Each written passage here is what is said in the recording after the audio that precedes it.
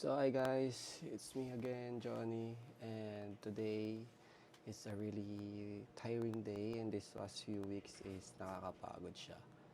And ayun, here we go again, para akong nasa loop na naman. And I have this feeling in my heart na worth it pa ba itong ginagawa ko? I have this something like, parang ayoko na lang magbigay, ganun. Parang kailangan ko ayusin yung part na yun sa puso ko. And sa work naman, I don't feel motivated at all. I just feel most of my energy like wasting. And may takot siya. May ganun akong factor na natatakot ako na sa pressure or siguro sa mga sinasabi nila. And ayun, and I have to be mindful on that. And sa akin din, my actions. Kailangan ko maging provider. Ayokong malayo sa goals ko.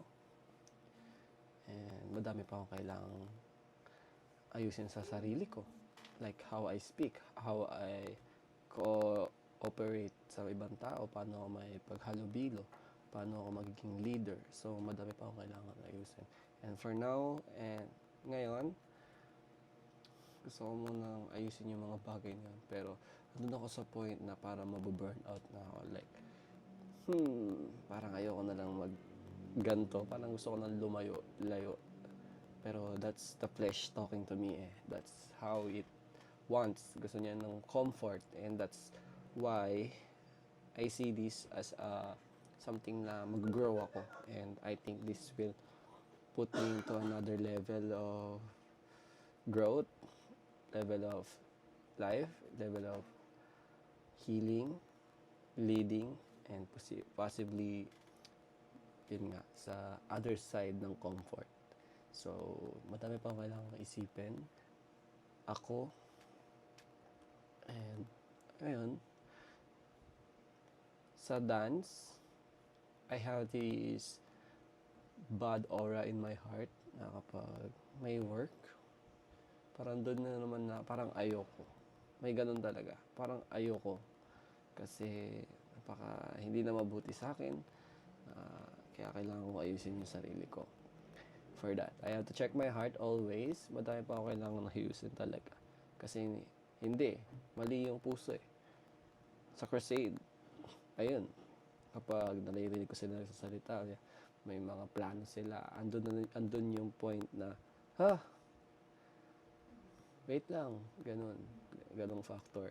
And I don't want that kind of factor. Kasi crusade is actually my family, my first family. Pero doon ako sa point na parang napapaisip na ako, crusade ba talaga ako or dance? Nandun ako sa ganong point. Pero I feel this is something na sa akin eh, you know.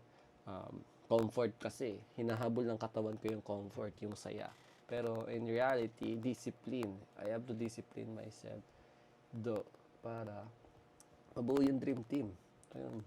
So, kailangan kong ayusin yung ganong factor ko sa puso ko. And I have to choose consistency. I have to be consistent sa aking family kasi over familiarity na. Kaya, ayun, medyo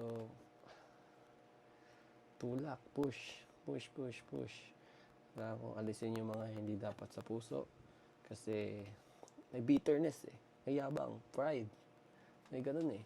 Pero yun nga. I pray na kakayanin. And ito ako ngayon. Nakausap sa sarili si self para mag-grow. Not just physically and also spiritually and mentally. Kasi medyo gumaganon-ganon yung ano ko eh, yung pathway ko eh. So, nandun ako sa pressure. Hindi lang pressure pati yung mental and physical health and spiritual ko, natetest siya. And right now, I feel like tinetest yung spiritual ko, yung puso ko. To be honest, puso ko talaga ang pinaka natatarget dito. Kailangan kong ayusin yung puso ko kasi nagpe-fellowship kami kanina. Grabe yung puso ko, like iba yung gusto niya manggana. Parang may pride, may yabang. Parang nadadown ko yung sarili ko ganun, or inaangat ko siya masyado. So, that's it. I have to fix myself, and ayun, sana maayos ang buhay. And parang maganda sound ang ano ko ngayon. Alright. Alright. Thank you guys. See you when I see you.